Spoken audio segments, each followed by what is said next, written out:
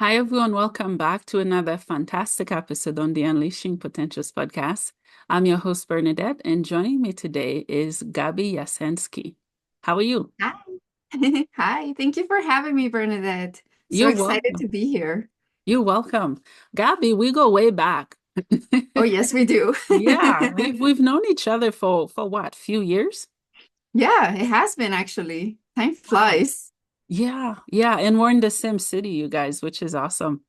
Yeah, and the funniest thing is that we didn't meet in person. We met online, Yeah. and then we found out we were in the same city.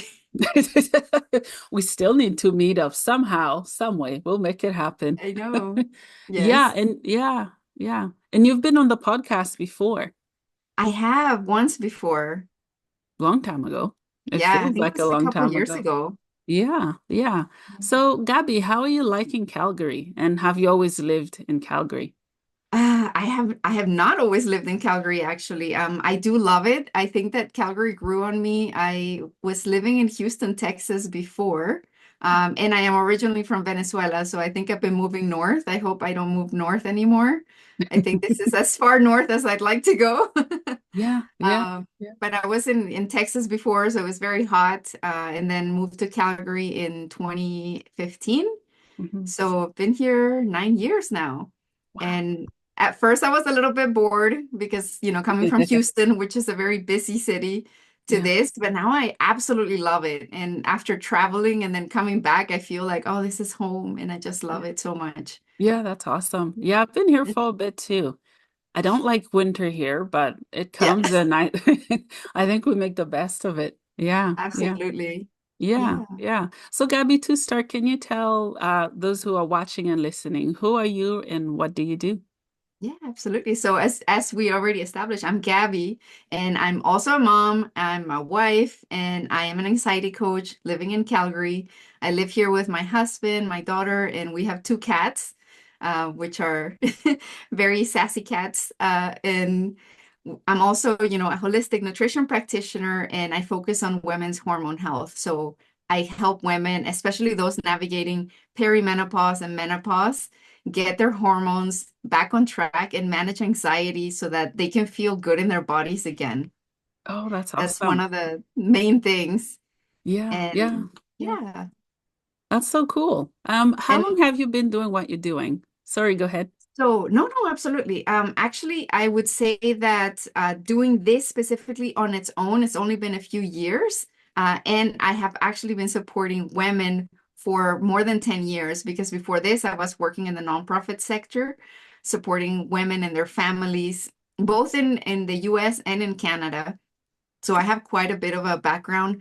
My original background was in sociology, which is where I discovered my love for health because I took a course called Sociology of Health and Illness, and I just fell in love with health.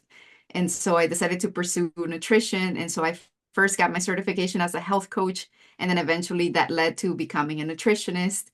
And then now more recently became more focused on anxiety and also hormone health because I realized the interconnectedness of those things. Yeah. So my approach right now connects the dots between mind, body, and gut to create that balance naturally. So I am also the creator of the Ease into Peace membership, which we'll talk about later at the end. And inside, I offer practical tools for lowering stress, improving sleep, and building meaningful community, which I know that Bernadette, you're all about that.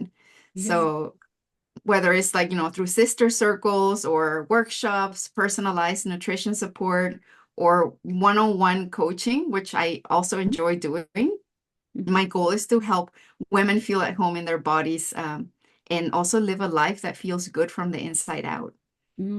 I love that. I love what you do, what you stand for, and the Mm. fact that you're helping women, that's incredible. That's powerful because Yeah. I think us women, we need help. And sometimes we know we need help, but we don't get the help either out of shame or guilt, or just us at times thinking that we're burdened to ask for help. I think Oh, all of yeah. us need help. I love that you're doing that for women. Thank you. Thank you so much, Bernadette. It really is a passion of mine because it's a path that I've walked myself. And And I know you were saying, we need help. And I think that a lot of times we don't even know that we need help. We think that this is life and we think that we can do it. And, we don't, as you said, we don't want to bother anyone, right? We don't want to burden anyone with our things.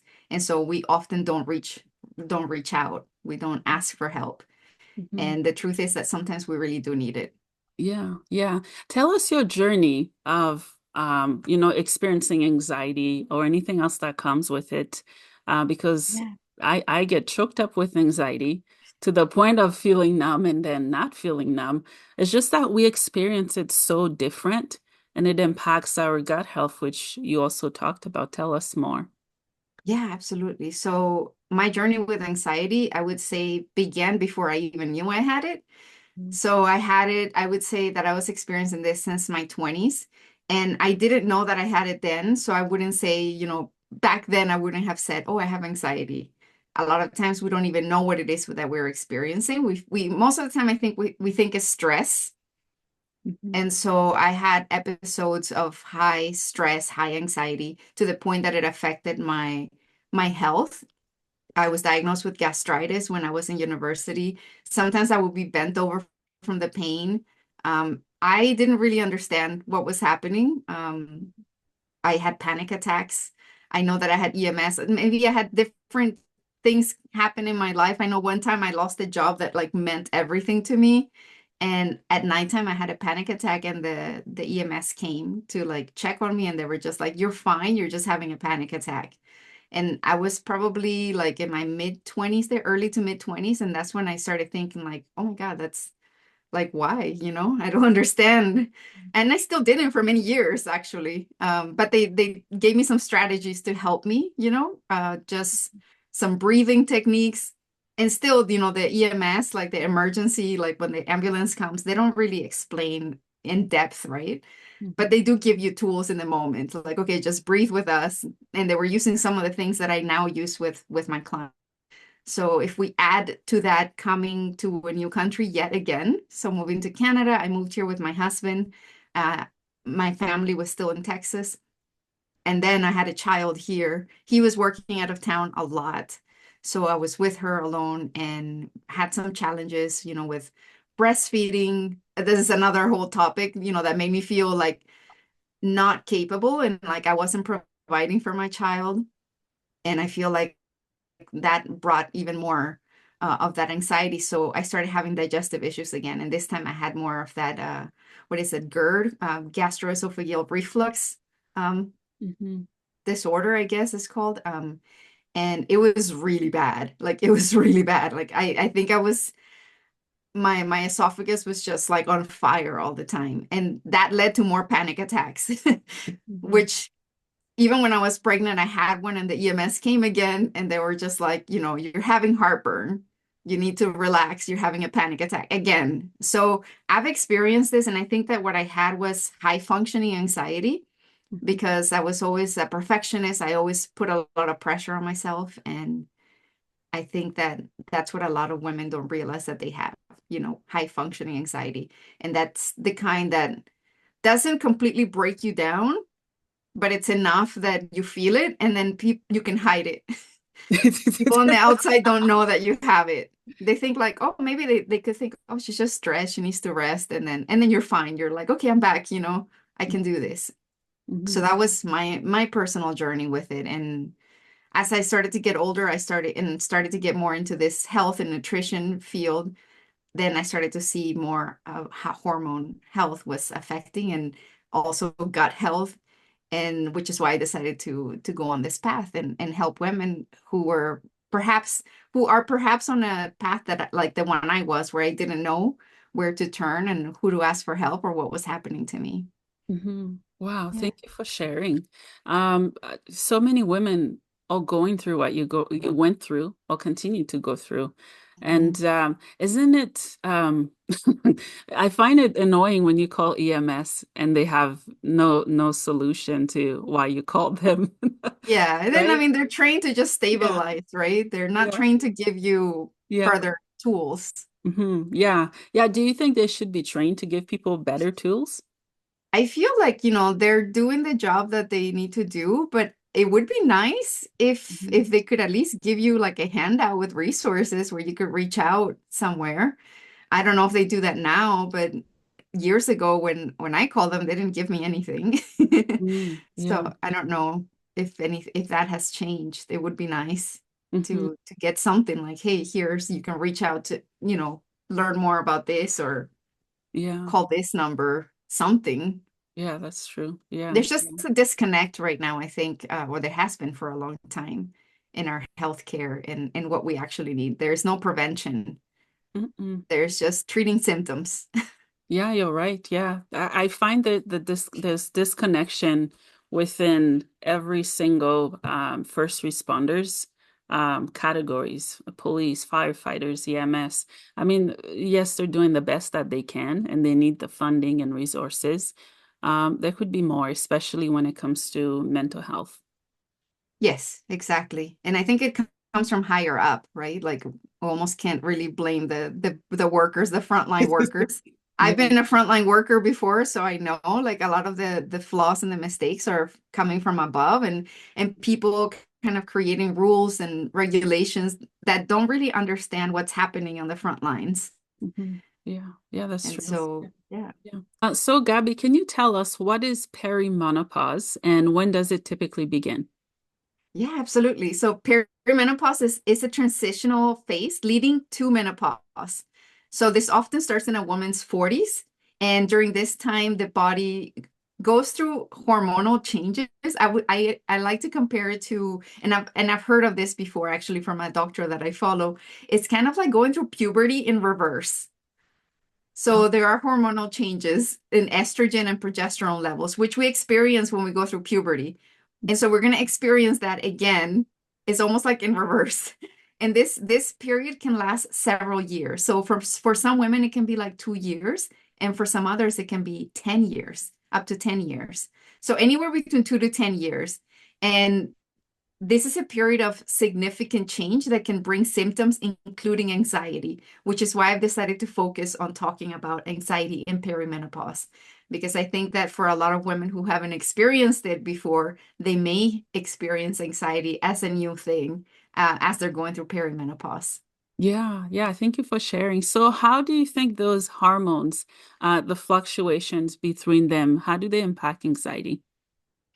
So they during perimenopause, women can notice a range of symptoms. So increased anxiety, for example, or panic attacks, especially if they haven't had them before. So what happens is that the decline in estrogen in the body can lead to lower serotonin levels, which are important for mood regulation. And this imbalance can heighten feelings of anxiety or even trigger panic attacks, even without a clear cause. You may not know like why this is happening.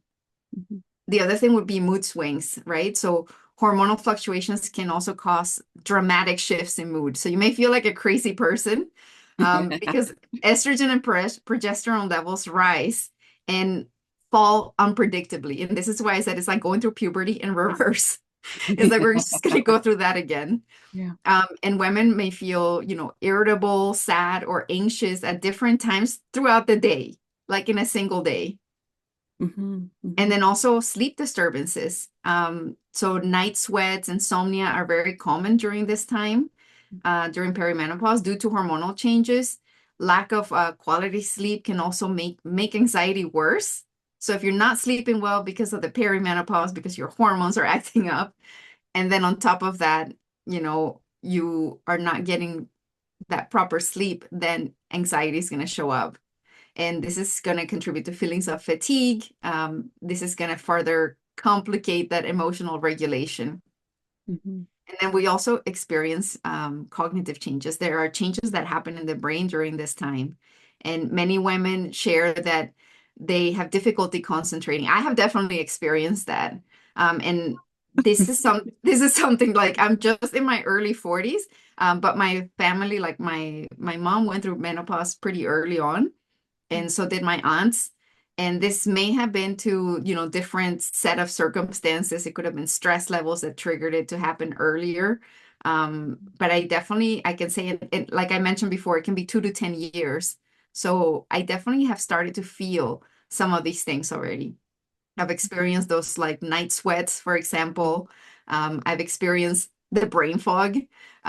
So difficulty concentrating or experiencing memory lapses, just like what was I doing? Like what was I gonna say? Yeah. So this can be attributed to hormonal changes that affect brain function and can cause frustration and anxiety too, because it's just like, why can't I remember? And Mhm. then also physical symptoms, right? I mentioned hot flashes. I can't really say that I've had hot flashes per se yet, but I've definitely felt like flushes, like a flush in like a change in temperature in my body. And this can also contribute to anxiety. The discomfort, from these symptoms can create a cycle of stress and anxiety, and this can impact your overall well-being because you feel like you're going crazy. You may feel like, oh, it's so hot in here. You turn on the AC or turn down the heat, and then other people in the house are just like, oh my God, like, no, I'm cold. And you're like, what? No, it's hot. So it can even cause disturbances in the house, in the dynamic with other people. So Mhm. now I just ask, is it hot in here? And then my husband might be like, no. And I'm like, okay, it's just me. Maybe go stand in front of the fridge, Yeah, for yeah. a bit. Yeah, yeah. Thank you for sharing. I feel Yeah. that I've experienced many of the symptoms you've talked about. I don't know if it's pseudo perimenopause symptoms relating Mhm. to, different types of medications that I take. And I know maybe other people may have experienced it. They're young, but the hormone changes are very different in the brain and body with medications. Yes, exactly. I mean, and it's hard to tell, right? When you're on certain medications, like you don't know if it's from that because a lot of times these medications come with like a whole list of side effects as well. Mhm. Um, but it's definitely not too early if a woman is 35 plus, for example, because although it's typically happening in the 40s and 50s, it can happen as early as 35. And Mhm. so I definitely think that, a lot of women experience that and they don't actually know what's happening, right? Because you're 35, you're not thinking that you're having perimenopause, Yeah, right? And yeah. and so Hmm. yeah, it's hard to tell. And all you can do is maybe do some of the strategies, right? Like I'll be sharing later on, Hmm. um, Yeah. to help. And if it still doesn't help, then you can look into the medications and see what the side effects are for those medications, and then talk to your healthcare provider, and making sure that you have someone that can support you, that actually cares, right? Because I feel like a lot of doctors just kind of dismiss things nowadays. Yeah, yeah, that's true. Thank you for sharing. Yeah. I think you talk about some of the symptoms some women might experience. Are there different phases of the symptoms they experience? If so, what are they? So it can, I mean, all that I mentioned, it can happen like all at once, or it can just be one at a time, right? Yes. So because I mentioned this can last anywhere from 2 to 10 years. Hmm. And this is different from menopause. So menopause is actually just one day. Menopause is the day that you have gone 12 months without a cycle. That's menopause. And then you're postmenopause. So everything before it is perimenopause. Oh, okay, okay. Yeah, That's this good is to know. something that I didn't know before either. And I was like, oh, I thought, oh, you're going through menopause. Well, I used to think that that was the transition period, it was menopause, but menopause is just one day. Oh, wow. That's good to Yeah. know. I didn't know Yeah. that. Yeah, yeah. Mhm. So what are some of the symptoms that a woman might experience during perimenopause? So the ones that I just mentioned, the ones that I just shared are the main ones, I would say. Some other things that you could experience could be like, and this is as you get closer to that menopause stage, maybe as estrogen begins to decline too, because the production of estrogen goes down, you can experience like vaginal dryness, for example, painful intercourse.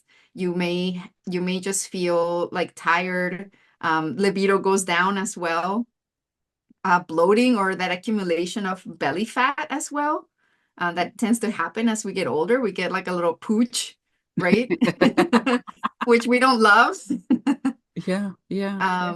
Yeah, so Okay. those would be additional ones to the ones I mentioned before. I mean, the Yeah. list can be so long. Yeah, thank you for sharing. Mm. So what are some holistic approaches that women can take to manage anxiety during perimenopause? So again, I'm a holistic nutritionist, so from that perspective, I'm gonna go with nutrition first of all. Having a balanced diet that's rich in, whole foods, healthy fats, fiber is really essential during this time. Foods high in omega-3 fatty acids like fish, walnuts, can help to stabilize mood. And my top three foods to balance hormones I can share with you are avocados, flax seeds, and leafy greens. And I can talk about each of those and how they actually help.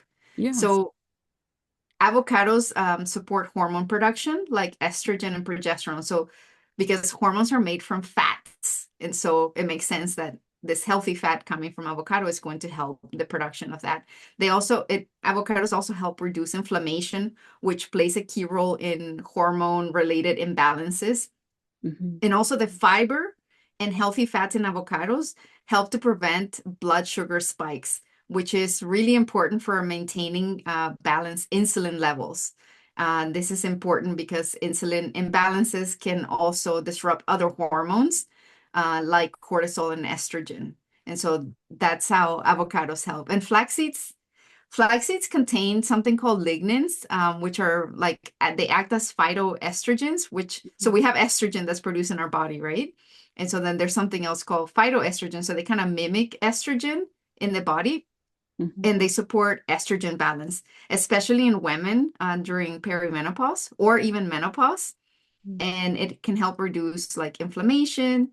And also the fiber in flax seeds helps to eliminate excess estrogen from the body. Sometimes we have excess estrogen. It's never really like we have, oh, you have too much estrogen. Estrogen dominance, as you may have heard before, it's always in relation to your progesterone levels.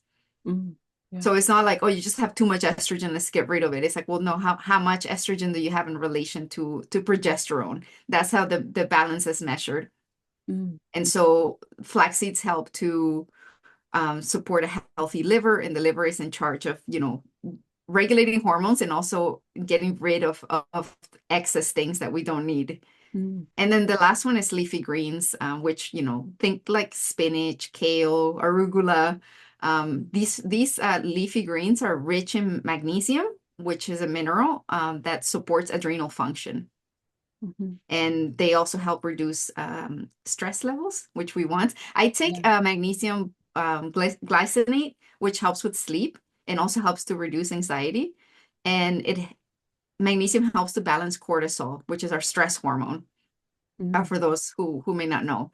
And greens contain also chlorophyll and fiber, and this helps the liver efficiently process and remove excess hormones like estrogen. Mhm. And then lastly, they're high in antioxidants, so it's really good for us to combat oxidative stress. Yeah. Yeah, that's awesome. Yeah, Yeah. those are all So good that's things. Yeah. food. I mean, this is such a rabbit hole. I mean, the other Yeah. things would be mindfulness and meditation. Deep breathing can really signal the body Hmm. to relax, can send a signal to the brain that it's time to relax. Regular exercise, and I more than exercise, I like to say movement, having 30 minutes of movement daily. And then there are herbal remedies too that can also be helpful. Hmm. And of course, you always want to talk to your healthcare provider because, especially if you're taking medications, because some of these herbs are adaptogens that can interfere with medications that you may be on. And Yeah. so you want to be mindful of that. You don't want to, get in the way of that. Hmm. Yeah. And then I do have more, but Oh no, go ahead. Go ahead. I'm just agreeing. I'm agreeing and listening, especially to the talking to healthcare providers because I had serotonin syndrome and I had to go in the hospital. oh wow. Yeah, yeah. So thank you for mentioning that, but go ahead. Yeah, yeah, absolutely. It's just such a rabbit hole, and I'm so passionate too. I swear I could talk Yeah. about hormones forever, hormones and anxiety and everything that's going on inside of us, because I feel like I have a better picture now than I used to, and I'm just so excited to share. But one of the one of the more important aspects of it is community support, and this is something that I think a lot of women kind of disregard, because they're too busy, they're too stressed.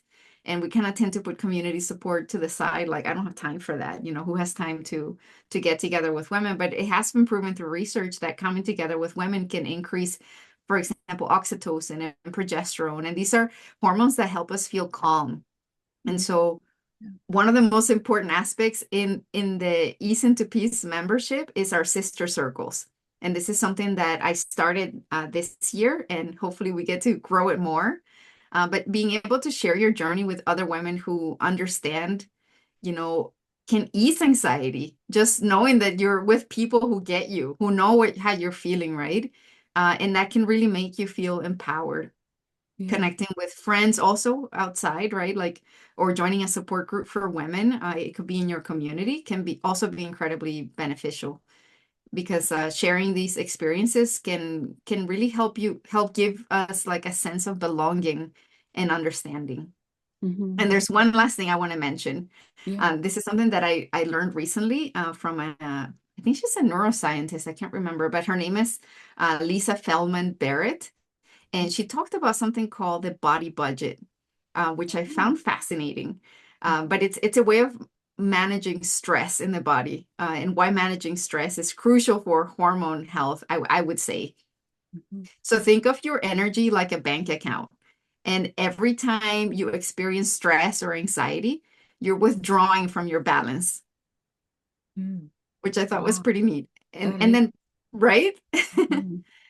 And then practices like mindfulness, like all the things that I mentioned right now, and good nutrition can help you make deposits into that energy bank, and can help you stay out of emotional debt.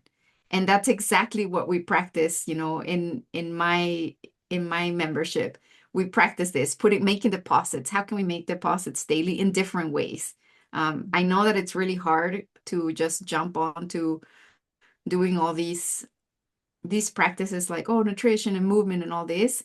I, according to the training I've had from the Institute for Integrative Nutrition, which is where I took my hormone health course, they talk about primary foods and secondary foods. And primary foods is not food.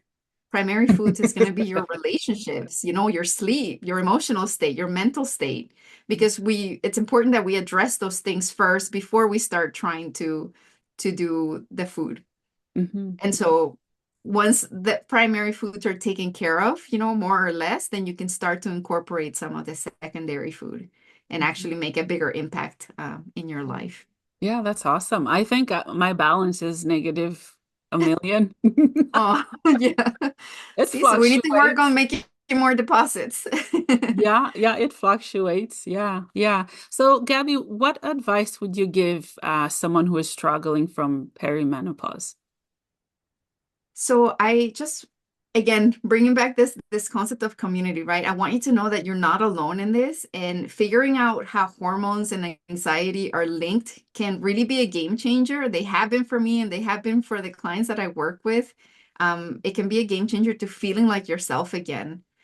If it feels overwhelming, don't hesitate to reach out, whether it's to me or someone in your community or a healthcare provider that you trust and you feel heard by, Mhm. who really gets women's health as well, because I think that's an important key component. And you don't have to navigate this transition on your own, or this, how you're feeling. We're in it together as women. I would say as women of the world, I think that, we can pay it forward as well. Whatever we learn, share with the women around us, and just connect. Yeah, thank you for sharing. Yeah. So tell us of any exciting programs or things you're working on, and how can people get into the ease into peace? Oh, thank you. So this is very exciting for me. Ease into Peace is something that came to me, I say, as a download Mhm. from, higher intelligence, God, however you want to call it. It's a name that came to me last year, and I started it as a one-on-one program, and then eventually evolved into a membership style service. And Ease into Peace is my baby. Easton to Peace is coming to its 1 year anniversary this year.